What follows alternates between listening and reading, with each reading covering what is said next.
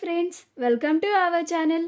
Karthika Deepam serial next ఎపిసోడ్లో ఏం జరగబోతోందో ఈ వీడియోలో చూసి తెలుసుకుందాం. నేను ఉండగా దీపని చంపనివ్వను అని అన్న దాసు అసలేం జరిగింది అని తెలుసుకోవడానికి ఈ వీడియోని స్కిప్ చేయకుండా ఎండ్ వరకు చూసేయండి.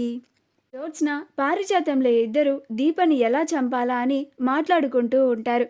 అది విని దాసు నేను ఉండగా దీపని చంపనివ్వను అని అనుకుంటూ వస్తాడు. అలా వాళ్ళిద్దరి దగ్గరికి వచ్చి అవునమ్మా, దీపని ఏం చేయాలనుకున్నా దానికి నేను అడ్డు పడుతూనే ఉంటాను అని అంటాడు. అప్పుడు పారిజాతం దాసు అని అంటుంది. అప్పుడు దాసు నచ్చని వాళ్ళని, దారికి అడ్డొచ్చిన వాళ్ళని చంపడం నేర్పిస్తున్నావని మనవరాలికి అని అంటాడు. అప్పుడు జ్యోత్స్న ఎవరైతే వినకూడదో వాళ్ళే వినేశారు అని అనుకుంటూ ఉంటుంది. ఇప్పుడు నేను ఒక్క మాట మాట్లాడినా అసలు వారసురాలు ఆ దీపేనని అందరికీ చెప్పేస్తానని నన్ను బెదిరిస్తాడు.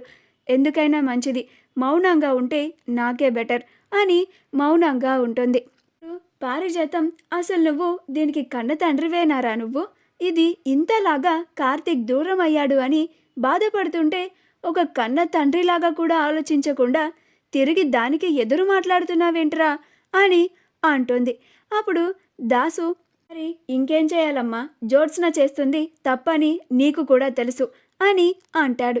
అప్పుడు పారిజాతం నీకిలా కాదురా, నీ కొడుకు కాసేగాడు అది ప్రేమించిన అమ్మాయి దూరం అయ్యి రోడ్ల మీద పిచ్చోడిలాగా తిరిగితే అప్పుడు నీకు అర్థమవుతుందిరా.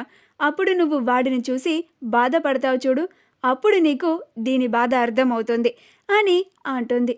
అప్పుడు దాసు కాశీ స్వప్నలిద్దరూ ప్రేమించుకున్నారు కాబట్టి పెళ్లి చేసుకున్నారు.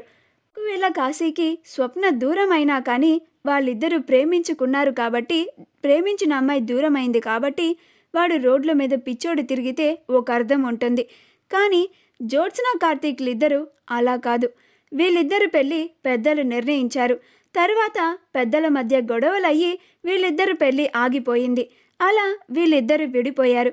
ఆ తరువాత కార్తీక్ తన ఇష్టమైన దీపమెళ్ళో తాళి కట్టాడు అని అంటాడు. అప్పుడు పారిజాతం దాసు అని అరుస్తుంది.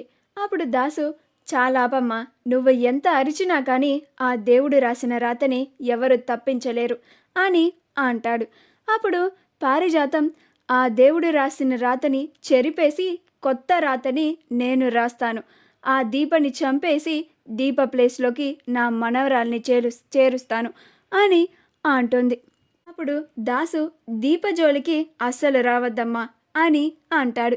అప్పుడు పారిజాతం వస్తే ఏం చేస్తావురా నువ్వు అని అంటుంది. అప్పుడు దాసు నేనేం చేయలేకపోయినా దేవుడు మాత్రం చూస్తూ ఊరుకోడమ్మా అని అంటాడు. అప్పుడు పారిజాతం సుమిత్ర కూతురికి కాంచన కొడుక్కి పెళ్లి జరగాలనేదే ఈ పారిజాతం సంకల్పం. అది ఎలాగైనా నిజం చేసి తీరుతాను అని అంటుంది. అప్పుడు దాసు నీ సంకల్పం ఫలించిందమ్మా, అది నిజమైంది అని అంటాడు. అప్పుడు పారిజాతం ఏంట్రా, మతేమన్నా పోయిందా నీకు? జ్యోత్స్నకి కార్తీక్కి పెళ్ళవ్వకుండా నా సంకల్పం ఎలా ఫలించింది అని అంటున్నావు అని అంటుంది. అప్పుడు దాసు నువ్వనుకున్నది అస్సలు జరగదమ్మా అని అంటాడు. అప్పుడు పారిజాతం నీతో మాట్లాడితే మా మతి పోయేలాగుంది అని అంటుంది. అప్పుడు దాసు నీ మతి పోవాలేమో కానీ జ్యోత్స్న మతి ఆల్రెడీ పోయిందమ్మా అని అంటాడు. అప్పుడు పారిజాతం ఆశ్చర్యంగా జ్యోత్స్న వైపు చూస్తూ ఉంటుంది. మా వీడియో కనుక మీకు నచ్చినట్లయితే లైక్ చేయండి, షేర్ చేయండి, మా ఛానల్ని సబ్స్క్రైబ్ చేసుకోండి, పక్కనే ఉన్న బెల్ ఐకాన్ని క్లిక్ చేయడం మాత్రం మర్చిపోకండి.